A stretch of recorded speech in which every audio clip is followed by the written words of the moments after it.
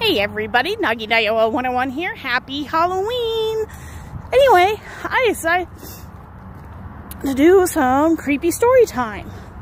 Alright, and if you are familiar with my last story about a haunted hotel, I grew up in a place called Evergreen, Colorado.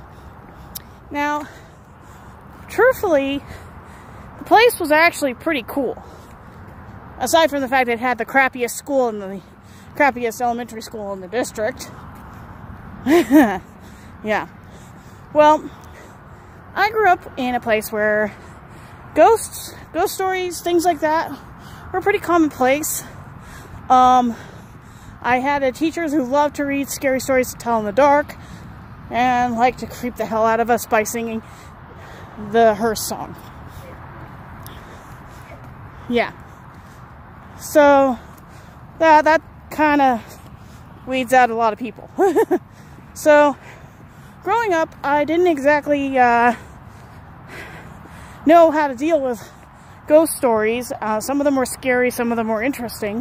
One of the scariest stories was, yes, I was pushed down a flight of stairs, last 3 stairs at Brook Forest Inn, which was off of a street called Brook Forest Road. And it is a very, very scenic place. It's very beautiful and idyllic. But it used to also be a stagecoach run. And it would branch out to very different little areas. And Brook Forest was part of what the vacationers would do. Well, there's also a second location called the Troutdale Hotel. Now, the Troutdale Hotel was beautiful. I wish I had pictures to show you guys about how beautiful this place was. Back in, I think, back in the 2000s, they tore it down in place of crappy condos. Now, I had a friend who house sat in those condos, and she found out the hard way that they were, well, haunted. Because for some odd reason, there was always the smell of smoke.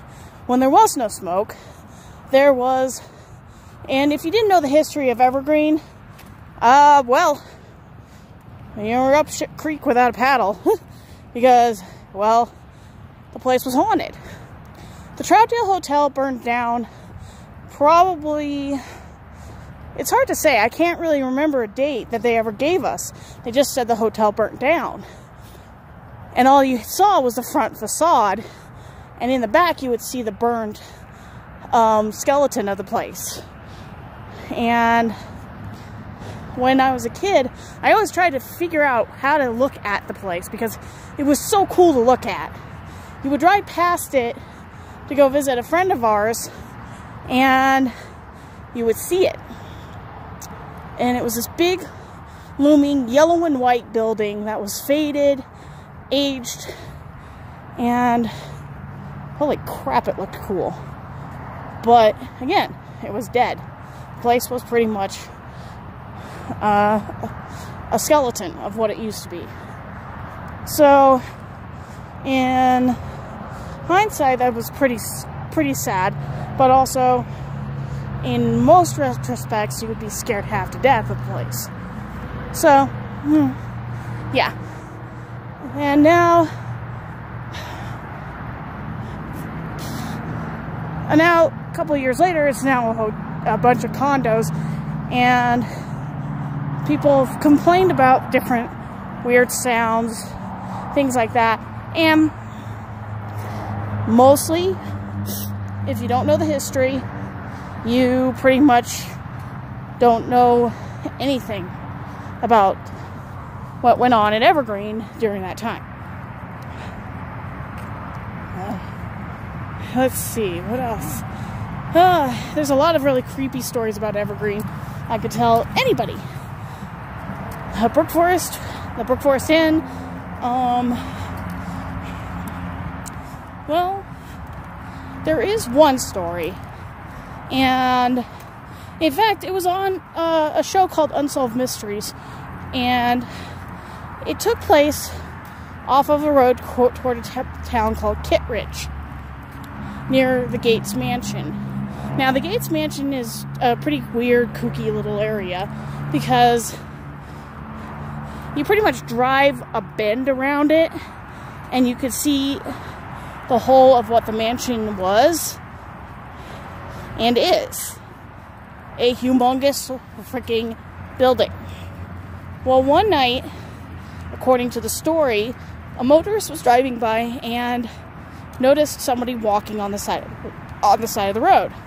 Pretty dangerous thing to do in that area anyway.